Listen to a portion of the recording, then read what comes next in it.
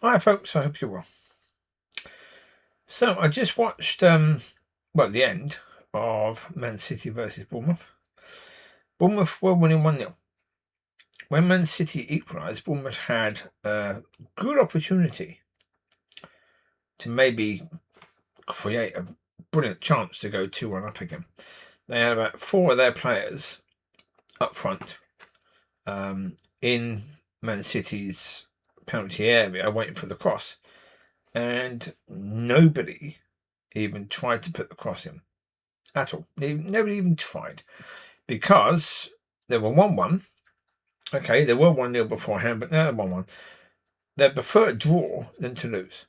So they never even tried to win once City got back to 1-1. They didn't even try. Not at 1-1.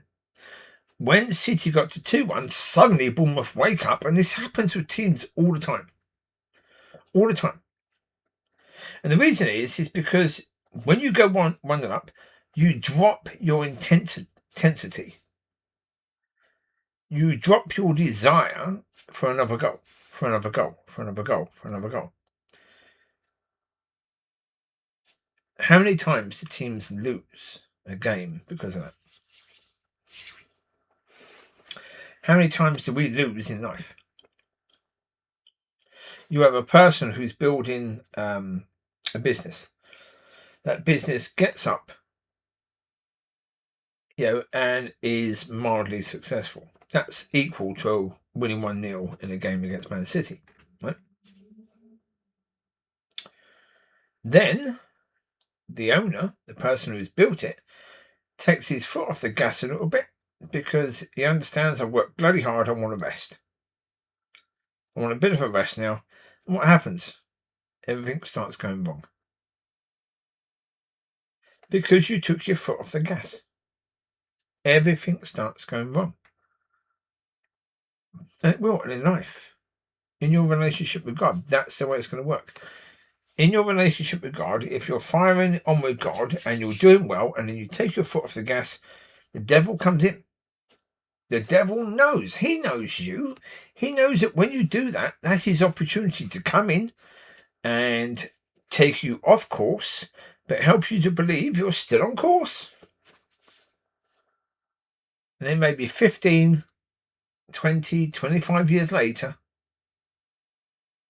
you start to realize, oh, maybe I'm not where I think I am. But with most people, what do? They do what Bournemouth did at 1-1. At 1-1, Bournemouth realised, okay, maybe our tactic at 1-0 wasn't quite good, because we've now conceded. So if we'd have gone 2-0 up or 3-0 up, and City scored 1 goal, so what? They've scored 1 goal, they need to score more, and we need to make sure they don't score enough. We need to make sure that we score more than they do. Right? Simple as that. We score more than they do.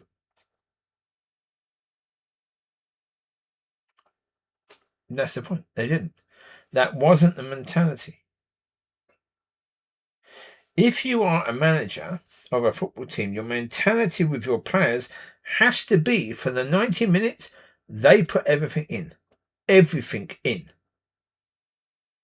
If they're winning, if they're a decent team, they need to play at near 100%, as close to as they can, for the whole of the game. The reason why is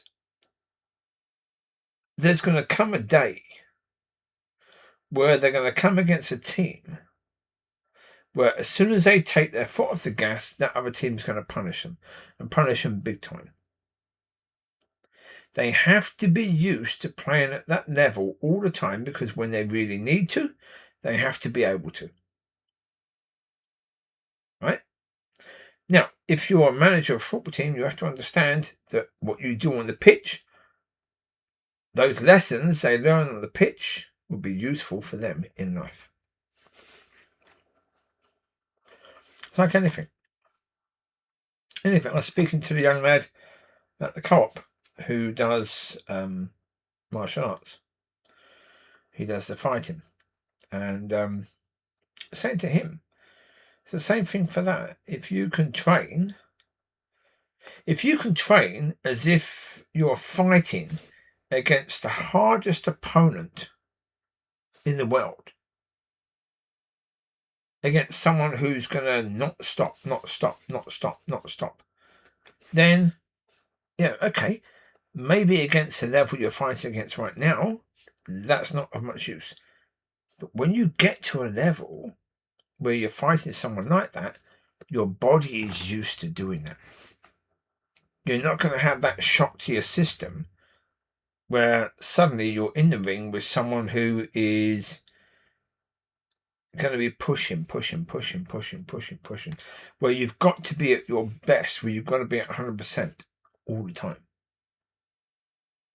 You always train. You should always train as if you're going to be that, as if that's going to be the case.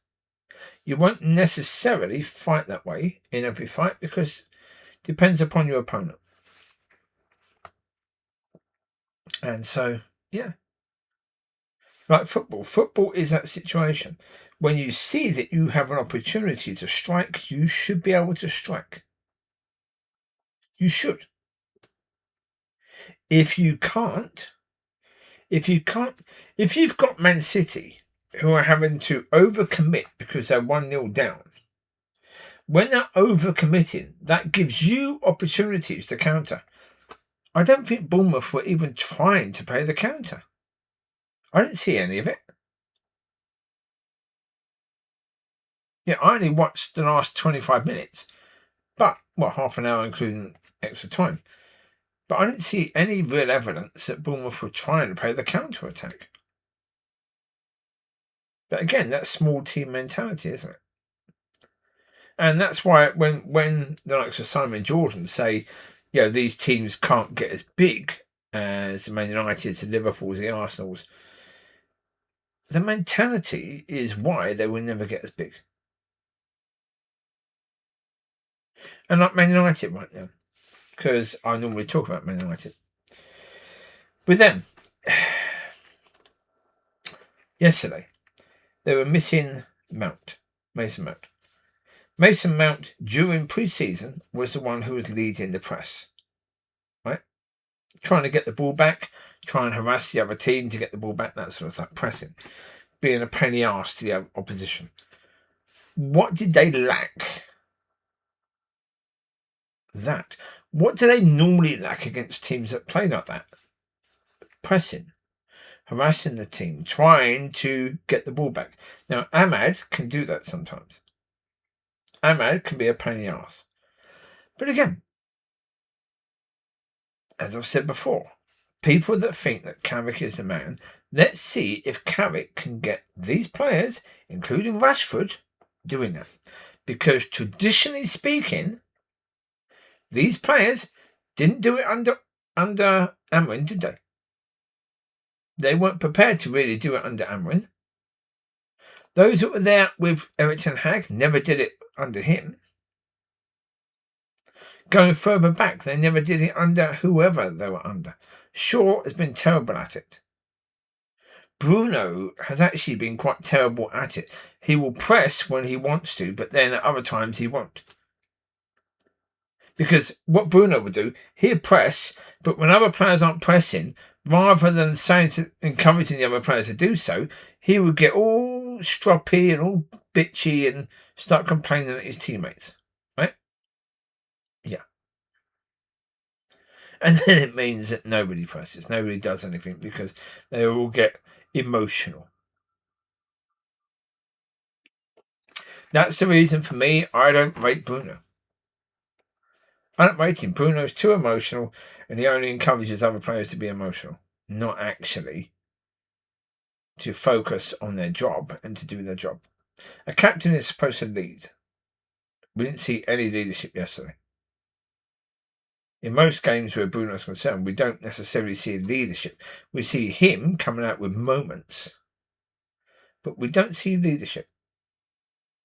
And so that's something that needs to be addressed. Would it be? Probably not. So there you go. I wish you well. You take care. God bless. Speak to you soon. Bye-bye.